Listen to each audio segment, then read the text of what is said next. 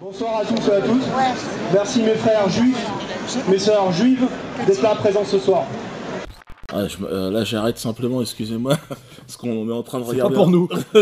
Apparemment ça nous est pas adressé, ce qui est quand même étrange. Alors moi je voudrais m'adresser à nos frères non-juifs, à nos sœurs non-juives. On est nombreux. 99% de la population. À peu près, mais... Il est gentil, je crois que ça s'appelle. Ouais. Mais par contre, on ne peut pas faire ce qu'il fait. On peut pas se mettre sur une place et dire mes frères non juifs, mes frères non. Sinon, tu vas... Valls, il veut pas de ça. Enfin bon, on n'est pas là pour parler de ça, regardons. Mon discours va être sans langue de bois. Je ne vais pas vous vendre du rêve. C'est la réalité aujourd'hui en France. Vendre du rêve. Il a des morts. On sent la formation commerciale un peu. Hein, c'est vrai. On va voir s'il est bon Il vendeur. va peut-être nous vendre des tapis ou autre chose, ou peut-être un placement, on sait pas encore, on va voir. Il a des morts. Parce que la vermine antisémite a agi. Cette vermine antisémite, comme le pseudo-humoriste Dieudonné, qui est un penseur, et Youssouf Fofana, qui est un tueur. Bon là, on a entendu à un moment donné est un penseur, et on entend dans la foule quelqu'un dire salle noire. Et ça, bon, ça c'est pour la petite blague. On est dans la rue en France. Il y a Véronique Jeunesse, je crois. Ouais, elle est en première ligne, ouais. Et elle, ça choque personne. Il y a des élus socialistes aussi. Il y a forcément la police. Et le mec il gueule salle noire. Il y a aucun problème. T'as vu, il y a pas de. Salle juive, ça serait pas passé. Hein. On essaiera. Enfin, il faudra que quelqu'un essaye pour voir. Depuis 45, personne n'a essayé. Hein. Nous avons des raclures comme Alain Soral, grand ami de Dieudonné. S'il vous plaît. Silence, s'il vous plaît. Qui font des discours plus qu'antisémites. Le même discours qu'on retrouvait en 40-45 en France et en Allemagne. Alors, tu as le discours plus qu'antisémite. 40-45. Et c'est étrange parce que moi j'avais compris que le discours avait commencé en 33. En 40-45, bon, le discours c'était la survie, les gens étaient en guerre. Alors que c'est quoi? Il parle de quoi exactement selon toi? Je sais pas, c'est ambigu, mais il est pas très clair. Hein. C'est un peu confus là. Non, on n'est pas là, c'est pas la triplette Einstein, Marx, Freud. C'est un niveau au-dessous intellectuellement. Le juif est responsable de tout, le juif est riche. Le juif tue des enfants en Israël occupé. Israël occupé, faute. Palestine occupée. Oui, Palestine occupée. Israël occupé, c'est pas encore, c'est demain. C'est pas encore, mais tu vois, il y pense. Tous les jeunes de cité s'apparentent à ce pseudo-humoriste. Alors là, je suis obligé d'arrêter. Pseudo-humoriste, il me semble quand même que je suis quand même reconnu dans ce que je fais.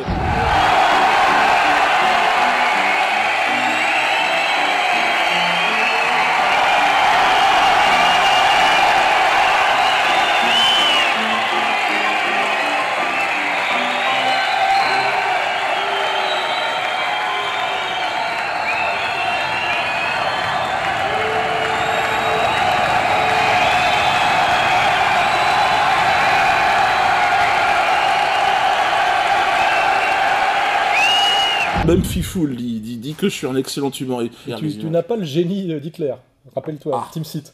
C'est vrai. Dépasser les limites, c'est toujours un vrai danger dans votre discipline. Je trouve d'ailleurs, il y en a un qui a franchi la limite depuis longtemps, c'est Dieudonné, vous en savez quelque chose, puisqu'il y a eu cette petite réponse, Patrick Simsit. En 2011, vous l'aviez comparé à Hitler au cours d'une interview. Il a réglé ses comptes avec vous l'avez vu ça? La semaine dernière, dans un spectacle, en fait... Hitler était un génie. Devant 2000 personnes. Hitler était un génie. D'ailleurs, on n'en a jamais parlé. À ton avis, qu'est-ce que ça veut dire le génie d'Hitler? Il faut lui demander. C'est quand même dingue de dire ça, le mec, c'est incompréhensible. Ce pseudo-humoriste remonte tous ces jeunes contre les juifs de France. Donc j'aurais le pouvoir de parler à tous les jeunes, c'est ce qu'il est en train de dire. Je sais pas, on va écouter un peu plus. C'est un peu psychiatrique. La responsable de tous les complots en France, de tous les assassinats, de toute la magouille financière, avocats, médecins, ça fait des années que ces gens-là paradent en France. C'est quand même bizarre qu'ils disent, parce qu'en France, les plus gros escrocs, bon, il se trouve que beaucoup sont juifs.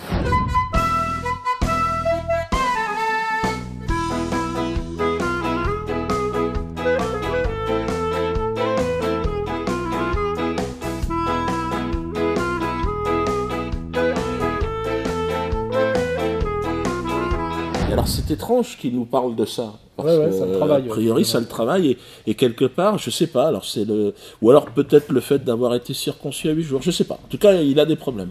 Sans que personne ne les touche. Faux. Moi, touché une fois, voilà. 2 fois, 3 fois, et une 4e tentative. Moi, j'ai été trois agressions, et je dois dire qu'on est là pour ça, d'ailleurs. Ouais, parce que eux, par contre, personne ne les touche. Hein. C'est ça. C'est plutôt eux qui touchent. C'est ça, ils nous touchent. Nous, les gentils. Et alors là, qu'est-ce qui s'est passé? Je peux la lire, le résumé de ton avocat. Envoyé au oui, parce que le procès verbal, c'est un peu fastidieux. Tu veux les mettre? Ouais, je veux bien. Bon, c'est mieux si c'est toi qui le lis, là, parce que c'est moi. Alors, monsieur le procureur, donc là c'est ton avocat qui écrit. Je suis le conseil de monsieur Alain Soral. Mon client a été victime le 5 avril 2013 de violences commises en bande organisée. L'agression a été menée par un commando d'une dizaine de personnes environ, parfaitement organisé et déterminé à attenter à l'intégrité physique de monsieur Soral. Mon client n'a dû son salut qu'à son propre sang-froid et à l'intervention du personnel du restaurant dans lequel il dînait. Les agresseurs ont été mis en fuite puis poursuivis par le serveur du restaurant prénommé Carlos. Alors là, ça n'a aucun rapport. Non, mais symboliquement, c'est sympa. S'ils avaient Carlos au cul, ils ont dû courir assez vite. Et son beau-frère jusqu'à la station de métro Saint-Germain-des-Prés. Ils ont été filmés visage découvert par le système de vidéosurveillance de la RATP.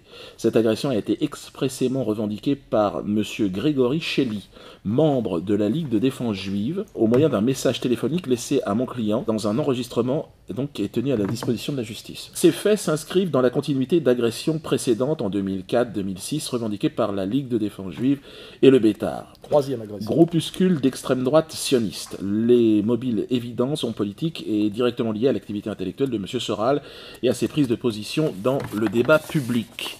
L'agression du 5 avril 2013 est également la concrétisation d'un appel à la liquidation physique de mon client proféré par le chef de la Ligue de défense juive dans une allocution publique filmée, qu'on vient de voir, et mise en ligne sur Internet à l'occasion de la commémoration de la mort d'Ilan Halimi. À ma connaissance, les précédentes agressions n'ont pas fait l'objet de poursuites, alors que les agresseurs sont vraisemblablement parfaitement connus des services de police et notamment de la DCRI. Que faites-vous, Manuel Valls? Vous avez le dossier sur votre bureau, et qu'est-ce qu'il y a? Vous êtes en vacances? Faudrait interpeller. Bah oui, parce que là, il s'agirait d'arrêter de se gratter le cul, hein. Alors peut-être qu'il a des problèmes à ce niveau-là aussi, bon. Merde, quand même! Cette inaction du ministère public n'est pas acceptable. Il est intolérable qu'un écrivain soit menacé en France pour ses idées. Cette inaction des autorités judiciaires a conforté les agresseurs successifs dans un sentiment d'impunité, facilitant le passage à l'acte et à sa réitération. Je nourris les craintes les plus vives pour la vie de mon client. Je sollicite par conséquent que vous envisagez une enquête aux fins d'identification et d'arrestation des agresseurs et que vous accordiez une protection policière à M. Soral dans l'intervalle. Je vous remercie de m'en informer. Bon, ça veut dire qu'on a fait le boulot, hein, porter plainte au commissariat, constitution de partie civile, etc. Ça fait la 3e fois qu'un commando masqué m'agresse pour me passer à tabac. C'est déjà arrivé en 2004, c'est arrivé en 2006, et voilà.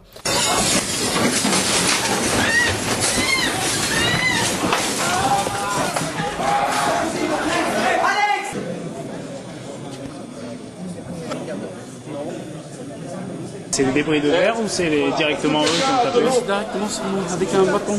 Avec un bâton? Ouais. Ils avaient des petits bâtons là, les... ils étaient armés de façon. Ah, même sur les femmes, ils tapaient, s'acharnaient dessus. C'est revendiqué, annoncé, revendiqué, signé. Oui, bonsoir Alain Soral, j'espère que tu vas bien. C'est Grégory Shelley, tu as fait un article diffamatoire sur moi hier soir. Sache que j'ai parlé à des gens qui avaient très envie d'avoir ton adresse et ils vont venir te passer un grand bonjour de ma part. Fais écouter ça à la police. La police, allez, bye les mecs. Alors bon bah là c'est le petit Grégory Shelley, membre de la LDJ, qui vit actuellement, je crois, planqué à Bucarest en Roumanie parce qu'il a déjà été condamné pour des voies de fait en réunion dans le cadre de la LDJ. Il revendique l'agression.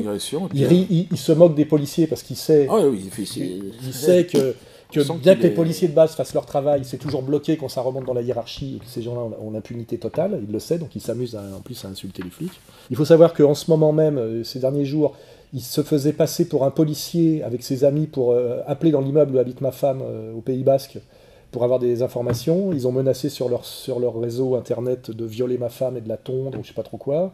On a déposé plainte là-bas, etc., etc. Donc il y a tout un climat global. Hein.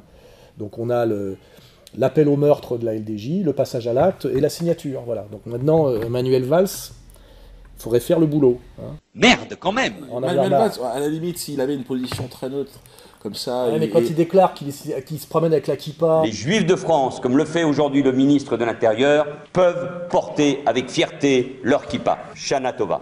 Qu'il est attaché à Israël quand même. Par ma femme, je suis lié de manière éternelle à la communauté juive et à Israël. Quand même. Il est toujours en train de chialer sur les actes antisémites et tout ça. Bon, qui n'existent pas. Parce que là, on pourrait en parler. Tous les actes antisémites, c'est toujours des faux actes antisémites. C'est des rabbins qui se poignardent eux-mêmes. Le rabbin préparait l'office du Shabbat seul à la synagogue quand il a été agressé hier à 16h30. Il a reçu un coup de couteau à l'abdomen sur le pas de la porte. L'enquête a débuté ce matin, mais l'agresseur était casqué et il n'y a aucun témoin. On s'éloigne progressivement de la première lecture des faits. Tentative d'assassinat et menace de mort réitérée.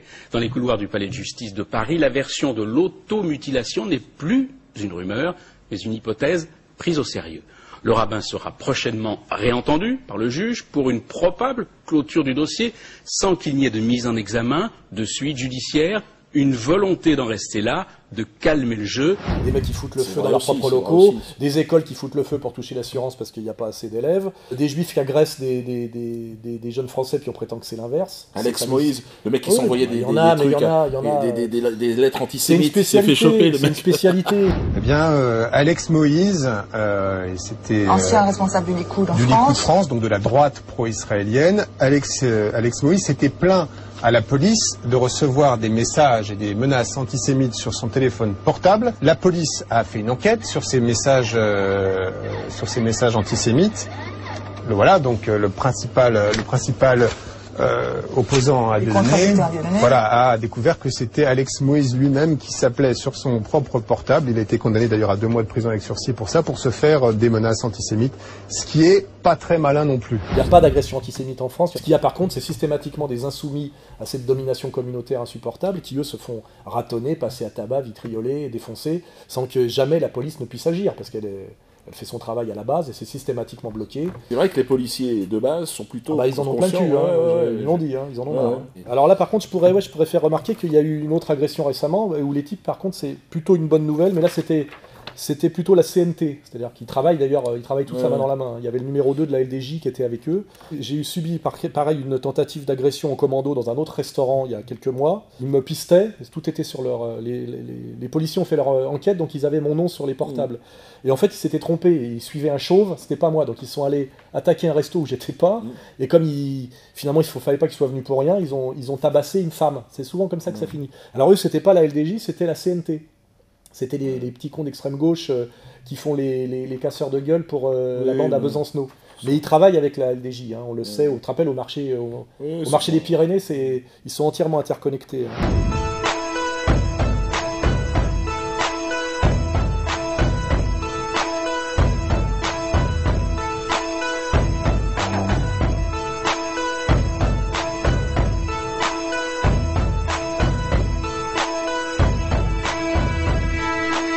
En date du 11 février, le tribunal a rejeté les nullités soulevées par les prévenus, donc parce qu'il y en a 5 qui se sont fait choper après le commando, ils étaient pareil une dizaine, 5 se sont fait choper par les policiers, donc là il y a eu du flagrant délit. A été condamné messieurs Pesset, Coquery et Patrice à 2 mois de prison avec sursis, monsieur Manga à 3 mois de prison avec sursis, monsieur Berne a été relaxé du chef de destruction et condamné pour violence en réunion à 1 mois de prison. Donc lui il va faire de la prison ferme. Comme je l'ai déjà dit, il va découvrir son côté féminin dans les douches. Je le déplore, mais il avait qu'à pas être là. Là, par contre, pour une tentative d'agression contre moi, ils se sont fait choper en flag et ils prennent de la prison. Alors on verra après si, puisque le commando de la LDJ qui est venu me ratonner, donc quelques semaines après, ils sont sur les caméras de surveillance du métro Saint-Germain-des-Prés. 3 sont identifiables sans cagoule. Donc si la police a le droit de faire son travail jusqu'au bout, normalement ils doivent être interpellés, se trouver au tribunal et prendre des peines de prison. Normalement. On verra si ça aboutit comme ça aboutit pour cette affaire-là. En tout cas, j'espère qu'ils vont être un petit peu plus diligents, parce que là, c'est quand même incroyable d'être en France, de se faire taper dessus comme ça par des gens qui revendiquent un pays étranger. C'est quand même étrange. Mais ça, c'est important, c'est qu'il y a les types qui passent à l'acte, là, Et puis il y a tous les commanditaires, tous ceux qui créent le climat. Je me rappelle Guillon qui avait dit que c'était moi qui étais dangereux derrière Marine Le Pen. C'est Marine Le Pen qu'il faut attaquer. Enfin... Il y a bien des gens qui votent pour le Front National. Et ce sont les lieutenants de Marine Le Pen. Il y a des gens très dangereux au Front National, comme Alain Soral, comme d'autres. Elisabeth Lévy et Finkielkraut qui s'étaient réjouis pratiquement de mon agression dans la librairie à l'époque sur une radio communautaire. Askolovitch qui nous insulte systématiquement. Cohen avec sa liste de Cohen. C'est-à-dire quand il prétend qu'on a un cerveau malade, qu'on n'a pas le droit de s'exprimer et qu'on est des complotistes délirants. On a une responsabilité quand on anime une émission de débat public, on a une responsabilité, par exemple, de ne pas propager des thèses complotistes, de ne pas donner la parole à des cerveaux malades, parce que dans les gens que j'ai cités, je pense qu'il y a des cerveaux malades.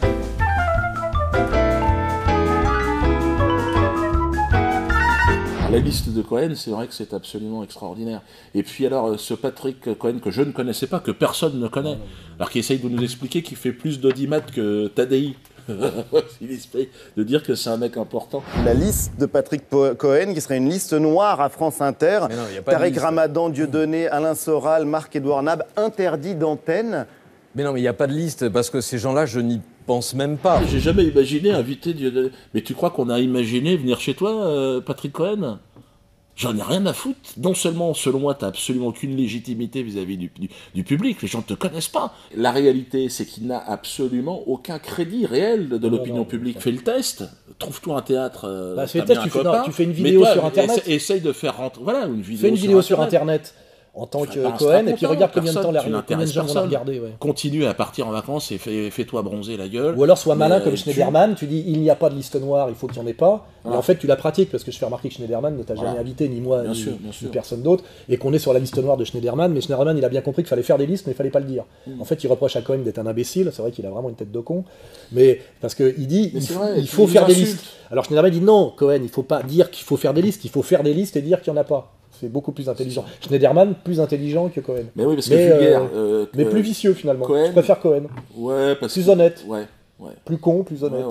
Plus honnête. Est-ce qu'on a le droit de penser on a le droit de penser ce qu'on veut? Non. On a chacun le droit de penser ce qu'on veut, mon Patrick. Non. Moi, j'aimerais au moins pour répondre à Patrick Cohen et proposer aux gens qui nous regardent, si vous voulez manifester aussi votre agacement, d'appeler le standard de la radio dans laquelle il travaille, là. France Inter. Ouais, pour vous plaindre. Et pour vous plaindre. Et demander le départ. Sa mise à pied et son départ ailleurs. Vous allez avoir le numéro qui va s'afficher. Hein, vous demandez, voilà, n'hésitez pas à appeler tous les jours, plusieurs fois par jour. Il faut mettre des quotas de goïm dans les médias. Ouais. Proportionnellement à la population. Tu regardes la population. Ça serait pas mal. Ça serait... Moi, je suis pour. Moi aussi. Moi, je suis pour les quotas. Quotas de Français de souche. Moi, je suis quotas aussi de Français d'origine africaine. Il n'y en a pas tant que ça. Bon, il y a une ministre là, mais elle s'éclaircit de jour en jour, hein, Christiane. Elle est blanchie par le maillot, quand même. Ah ouais. Bon, tu diras, il y a eu la loi Taubira qui a servi à rien du tout. Donc, moi, je l'aurais rejetée tout de suite parce que elle a été vidée entièrement de toute substance, cette loi. Et parfois, il vaut mieux s'en aller. Hein. Franchement, une démission, quand c'est impossible, vaut mieux partir.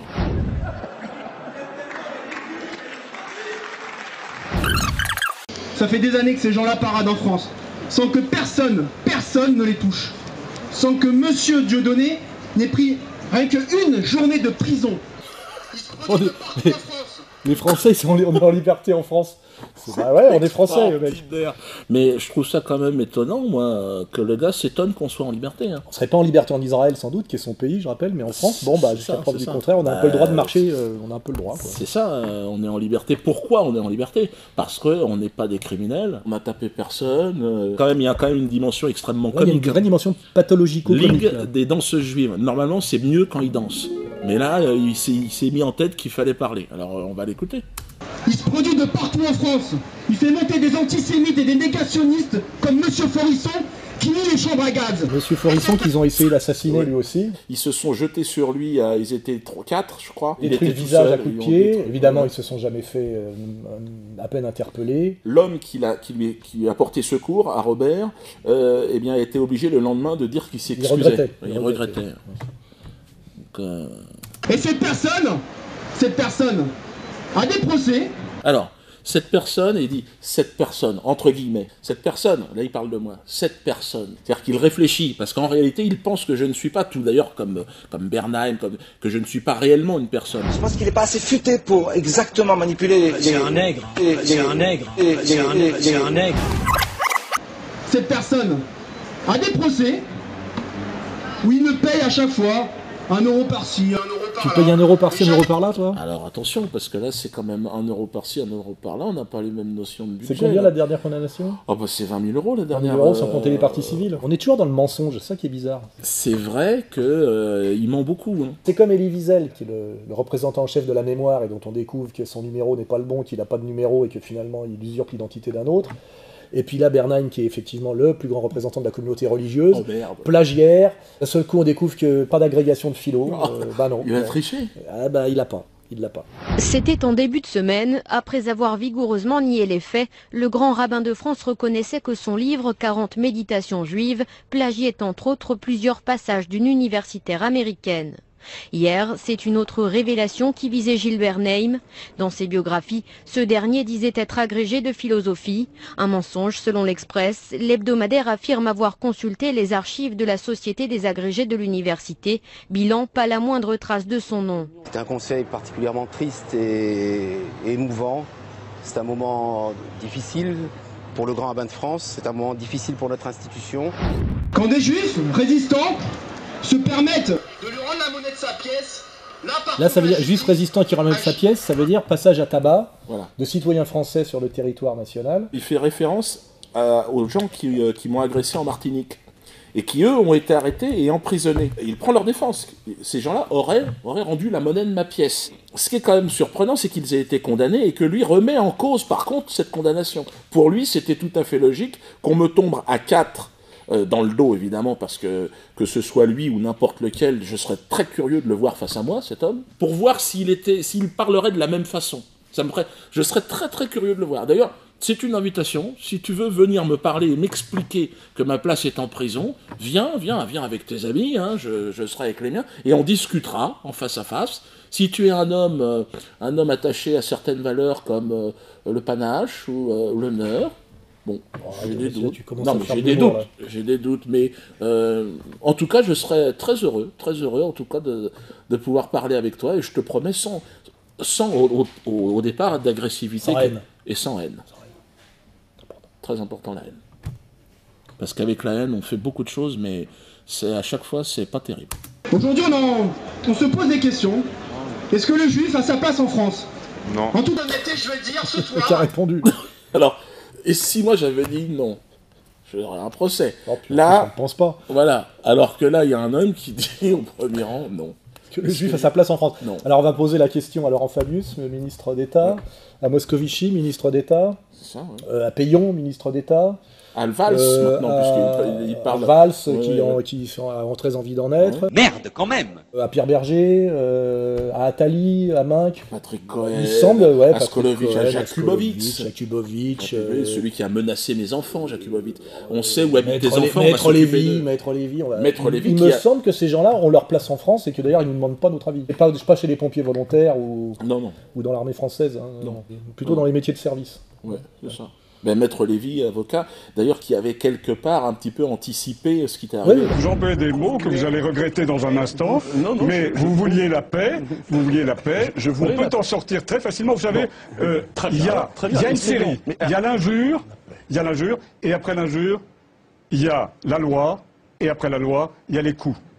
Et vous le savez, il y a les coups, les coups. Et vous le savez. Aujourd'hui, en France, on n'a plus confiance. La justice fait très mal son travail vis-à-vis des antisémites.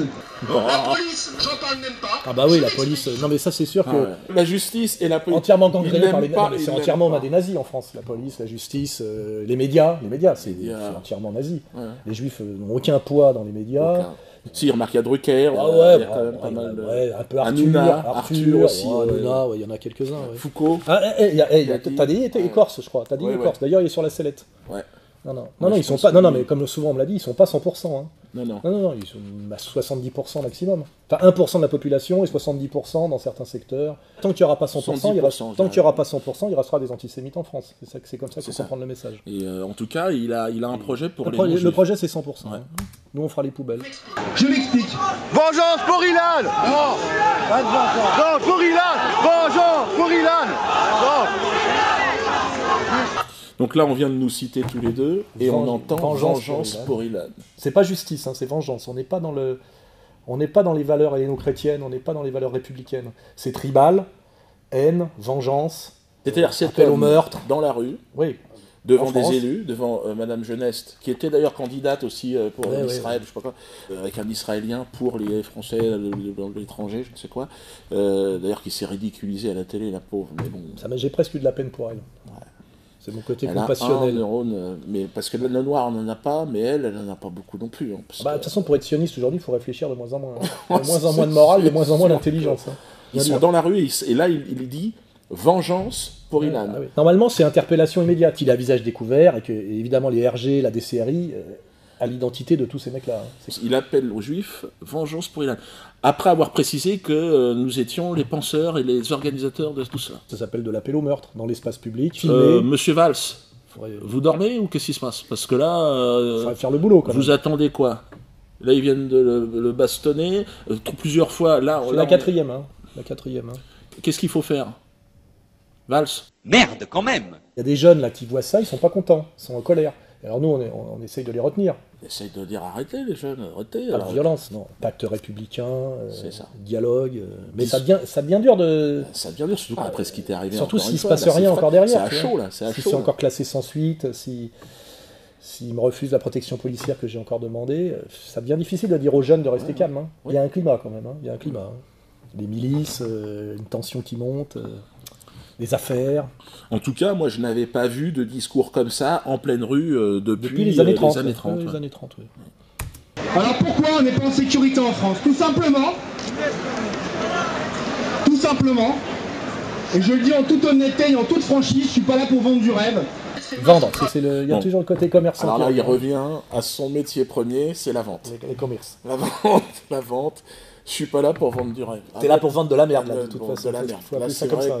Et mentir comme un arracheur de dents. T'es pas doué. Je dis pas dentiste, parce que je veux pas qu'on fasse encore des associations. Non, t'es pas doué, t'as pas le truc, c'est très laborieux. T'as pas le QI de Bernard Lazare. On n'est plus dans un contexte affaire Dreyfus, Bernard Lazare, où il y avait je sais pas d'où il y avait un peu de talent. Là, c'est très très bas de gamme. Répète un peu. Là, on t'a mis un mec à lunettes à côté, peut-être pour te conseiller, parce qu'à mon avis, tu commences à faire le con, là. La police française fait mal son travail. La police française a merdé sur l'affaire Halimi. Alors là, il s'en prend à la police française maintenant. J'ai beaucoup de messages de sympathie des policiers. Quand j'ai fait ma déposition lors de ma dernière agression, j'ai 2 policiers qui sont venus faire une photo quenelle avec moi et signer un autographe. Moi, c'était à Montpellier, les CRS, ils étaient venus faire une petite quenelle avec moi. Mais je sens qu'aussi dans la police, il y a des gens qui commencent à un agacement profond. J'ai la sensation que ce genre d'individus et leurs commanditaires organisent en fait une sorte de guerre civile. Ils vont, d'ailleurs, la seule issue de ce genre d'individus, c'est que tout le monde se massacre en fait en France, et puis se tirer, et puis revenir pour reconstruire. De toute façon, on n'oublie pas que tous ces gens-là ont la double nationalité. Ils sont israéliens de cœur, français de papier évidemment. Ils savent très bien que quand ils auront bien foutu le bordel ou si ça tourne mal, ils repartiront en Israël. Ouais. Donc c'est tout. D'ailleurs, il le dit, je crois, un peu plus loin. Ruth Halimi, la maman de Ilan, l'a dit clairement dans son livre. Pour l'affaire Mera, c'est une magouille également. La police a merdé. T'as vu, il le dit. Pour l'affaire Mera, c'est une magouille. C'est vrai que c'est une magouille. Ça sent le montage. L'affaire Mera est une magouille. C'est vrai, je pense aussi. Ouais. Il veut peut-être pas dire la même chose, mais... Ou alors peut-être que l'objectif n'a pas été atteint en fait. Sur l'affaire Mera, excuse-moi, on a pu voir Netanyahou débarquer, faire chanter tout le gouvernement français. Il était atroce d'ailleurs. Après on a eu le discours de Hollande. Le dîner du CRIF, si l'affaire Mera, c'est très rentable. Hein. Le peuple d'Israël vivra. Am Israël Chai. Am Israël Chai. Une démonstration de force de Benjamin Netanyahou qui conclura cet hommage comme un meeting. Le Premier ministre israélien est en campagne dans son pays. 2 drapeaux pour célébrer chacun à sa manière un même drame. Pour l'attentat qui s'est passé à Sarcelles à la Grenade, par une bande de convertis à l'islam, ça a été la même chose. On nous a dit comme quoi c'est un règlement de compte entre employés. Et on s'avère, une semaine après, que c'est une filiale djihadiste à Strasbourg. C'est presque comique, là. Là, je rappellerai d'ailleurs que quand il parle de... Le seul assassinat qu'il y a eu récemment, c'est l'affaire Bouarara, faut le rappeler. C'est ça. Avec le numéro de la LDJ en première ligne. Est-ce par hasard qu'on en parle moins parce que ces agresseurs sont des juifs et que lui, il est arabe, et que si c'était le contraire, on en parlerait tout le temps? Vous savez, parfois, un certain nombre de Français de confession juive ont le sentiment, à juste titre, qu'on ne parle pas assez d'un certain nombre d'agressions antisémites. Et dans ce cas-là, d'autres fois, ce sont des musulmans qui considèrent, à juste titre, quand par exemple on tire sur une mosquée, comme c'est arrivé il y a 15 jours, qu'on n'en parle pas suffisamment. Ça veut dire quoi? Ça veut dire il n'y a pas un deux poids, deux mesures. Non, je ne crois pas. C'était cette équipe-là. Ils sont sortis de prison. Ça, c'est la réalité. 6 mois, ils ont fait le plus, a fait 6 mois. Il est parti. Pour un assassinat de sang-froid. Assassinat, d'un père de famille, jeté noyé. dans l'eau, taisé, jeté dans l'eau. Un client déçu et très énervé car le magasin vient de fermer et un vigile qui fait son travail. Échange d'insultes et de coups, le client appelle alors 3 hommes en renfort. Les agresseurs sont munis d'un cric et d'une grosse pierre.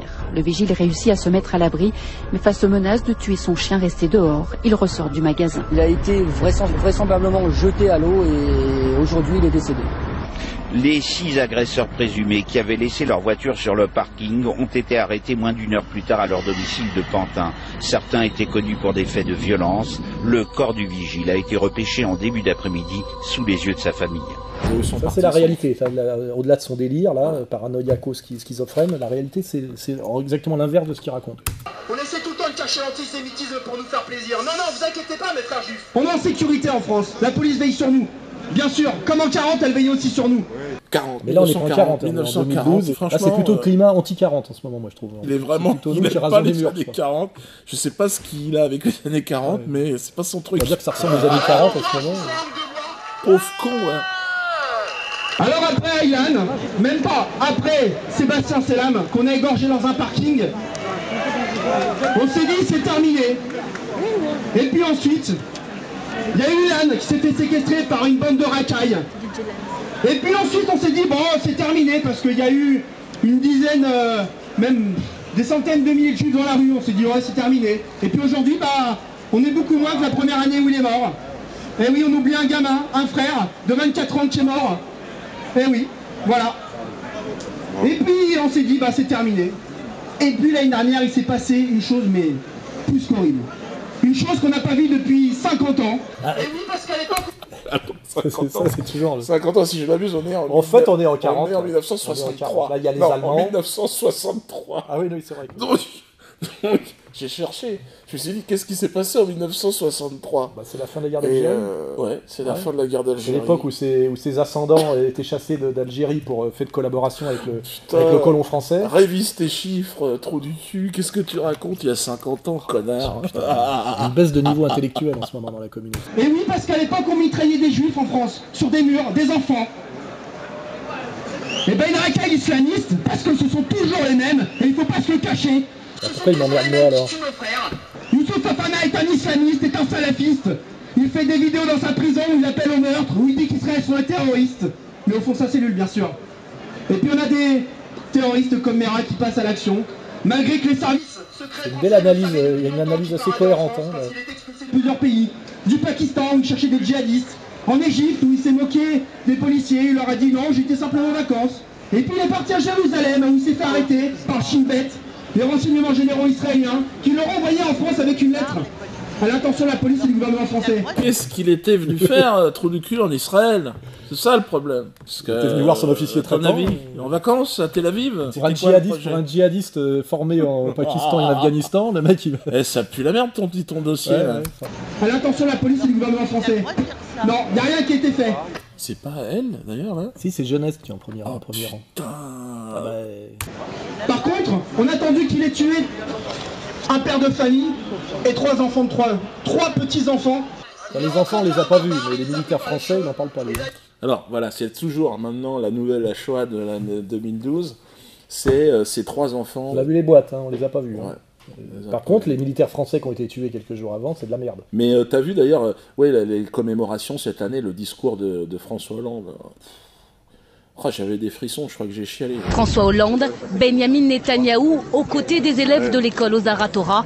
La cérémonie est inédite, hors norme. L'intime se mêle à la politique. C'est un peu le Mahmoud Abbas de français, c'est le représentant des territoires occupés. Encore plus mou, il se fait un peu humilier. Il demande pardon tout le temps. Et... Cette affaire qui est devenue alors, le centre de tout. Parce que là, pour lui, là, quand on l'entend parler, là c'est le carré d'as. On sent que là, il a lâché, il a craché tout son venin. Il est rentré un barbare, il les a pris par les cheveux, il les a liquidés, comme des moins que rien. Ah, quel courageux ce Mérin, quel courageux. Et puis aujourd'hui, on nous demande d'être calme, on nous demande d'être pacifiste, de rien dire. Ah bah oui, on tue 3 gamins de 3 ans comme un lâche, on les assassine d'une balle dans la tête, on assassine le père devant ses enfants, et puis on nous demande d'être calme, d'être sympa, de rien dire. Alors oui, je pense qu'aujourd'hui en France, on n'a plus notre place. Je le dis honnêtement, on n'a plus notre place. Alors moi, c'est lui qui le dit. Hein. Je dirais que c'est la seule chose sensée que j'ai entendue de sa part. Je pense que lui et son organisation devraient partir. Devraient aller en Israël. Moi, c'est ce que je pense. Moi, je me sentirais aussi mal dans un pays, je me barrerais. C'est ça. C'est comme si j'allais, moi, vivre en Israël. Non. Donc, je suis en France, donc voilà, je suis bien dans ce pays. Pour certains, on ne peut pas partir en Israël, c'est pas grave. Mais ici en France, il ne faut plus subir. Comme on l'a dit, pendant la guerre d'Algérie, la valise ou le cercueil. Nous, ici en France, il est hors de question qu'on prenne le cercueil. Et la valise, le jour où on le prendra, c'est nous qui la prendrons pour partir. On ne nous jettera pas d'ici. Alors là... Toujours du côté représentant de commerce, la valise. Non mais il précise qu'un jour, certainement, il faudra la prendre, mais c'est nous qui la prendrons. Il précise. Ouais, parce que je pense qu'il y a une option, c'est qu'on leur laisse le pays. Ouais. Enfin, c'est vrai qu'on est 99%. C'est ça. Non mais il pressent que la valise, elle est pas loin. Je pense que c'est quelqu'un qui doit avoir sa valise à peu près préparée chez lui. Mais il voudrait avoir le choix de la prendre. Mais il ne sait même pas s'il aura le temps de rentrer chez lui. Parce que je pense qu'il sent l'urgence. Je pense, hein. Non. Bravo. Donc mes frères,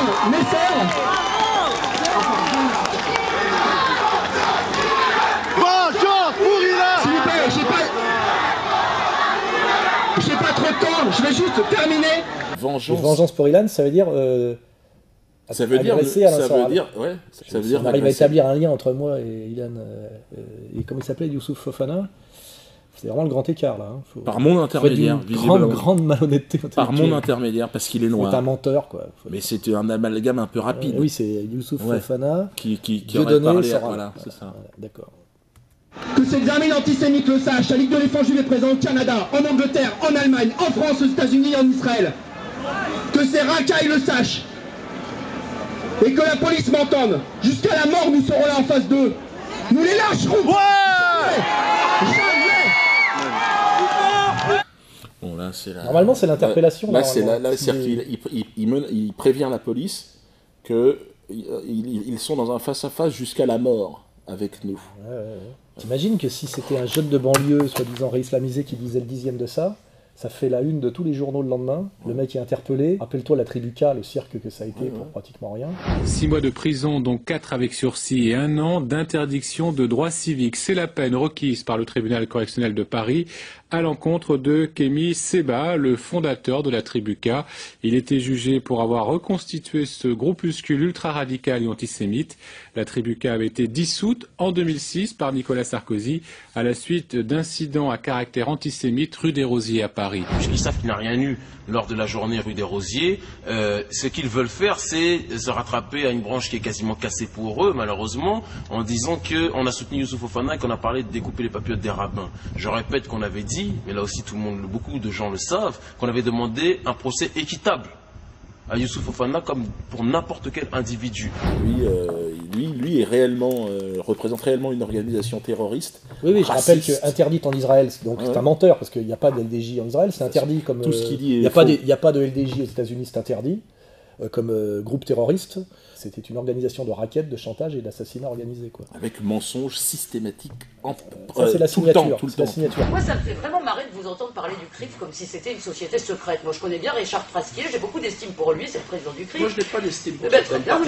Pas d'estime particulière. D'accord. Pour le citoyen français, je le tolère tout à fait. Voilà. Mais c'est vrai que je n'ai pas d'estime. Moi, j'ai de l'estime et de l'amitié pour lui. Imaginez Richard Frasquier en train de tirer dans l'ombre les ficelles de la politique française, c'est assez rigolo. De voir tous les ministres de la République République défilait au dîner du CRIF pour se faire engueuler platement. Moi, je me rappelle de Kuckerman disant, alors, tel jour, vous allez faire ça, vous allez convoquer l'ambassadeur d'Iran et lui dire si... Non, non, si. Donc, est-ce que vous allez un peu changer Vous exagérez un tout petit peu. Vous allez les engueuler, Vous exagérez un tout petit peu, non? Je sais à peu près. Je sais un petit peu les discours qu'il a dit. Non. Moi, je l'ai entendu. Je l'ai entendu dire, Monsieur le Premier ministre... Ça n'a pas été un peu excessif à un moment donné, cette façon on l'a vu engueuler, vraiment. On l'a vu engueuler les ministres. Et les ministres acceptaient de se faire engueuler. Vous savez ce qu'a dit, vous savez ce qu'a dit dans une parole célèbre un Premier ministre. Hein. Lui, c'est lui, moi, c'est moi. Hein. Bon. Oui. Kuckerman, c'est Kuckerman, et Prasquier, c'est Prasquier. Oui, c'est Prasquier. Ce qui veut pas dire que j'ai pas la plus grande amitié pour Roger Kuckerman. Mais bon, j'ai travaillé avec lui, donc je suis pas... Changement de style ou d'orientation? Comment? Changement de style ou d'orientation? Oh, ça sera à vous de voir. Ce sera à vous de voir. Si j'avais été en désaccord absolu sur l'ensemble des prises de position de Roger Kuckerman, je serais peut-être pas resté autour de lui pendant quelques années. Bon, allez, on Ah, parce que ça, c'était du... Ça, c'est du off. C'est du off officiel. C'est du off officiel. Conclusion Conclusion, restez calme. Oui, restez calme. Évidemment, après cette vidéo, je pense que la police va pouvoir faire son travail, que Valls va donner des ordres pour que les types soient interpellés, que le Guignol, qui faisait son espèce de numéro de représentant de commerce, là, soit interpellé, puisqu'il y a ne serait-ce que pour sa sécurité. C'est vrai, on peut y penser aussi. Il y a au moins 10 motifs d'interpellation dans le numéro qu'il a fait dans la rue, là. Et puis, voilà, nous, on est effectivement égalité et réconciliation de mon côté, c'est-à-dire pour la paix civile, le respect des lois républicaines qui permettent à tout le monde de vivre en bonne intelligence, voilà. Moi, le spectacle, le rire, parce que je pense que les gens ont besoin de rire, la crise est profonde, les gens ont besoin de chanteurs, comme dirait Alain Juppé, ont besoin de chansons, des chansons sur l'ananas, des chansons sur... L'humour, la fraternité, puis pour ceux qui ont une vision raciale, belliqueuse, théologique, etc., il y a Israël, qu'ils y aillent. Hein. C'est ça.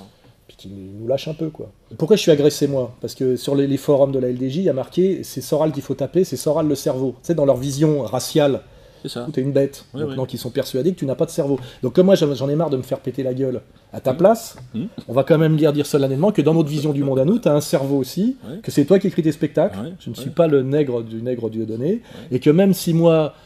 m'assassine, parce que c'est ce qu'ils annoncent là, tu continueras à produire, qu'ils le sachent bien. C'est pas on n'est pas dans un numéro de ventriloque. Hein, voilà. C'est ça. Et puis, Valls, attention. Ça commence à agacer. Toi, t'apparais comme un peu quelqu'un qui fait pas son travail. Hein. Et puis il y a beaucoup de flics sur le terrain qui nous disent... Ils sont pas spécialement attachés à Israël quand même, ils sont attachés à la France. Ouais, ils sont attachés à la France. On est attachés à la France, nous. Et aux Français. Il faudrait y penser un peu. Chacun, et le Premier ministre l'a dit avec beaucoup de force encore ce matin, ou hier, doit faire preuve de responsabilité. Chaque acte individuel, chaque écrit, chaque dessin, chaque déclaration peut attiser, peut provoquer des confrontations. J'en appelle moi aussi à l'apaisement. Et nous ne laisserons aucun groupe extrémiste, aucun individu mettre en cause précisément cette volonté d'apaisement.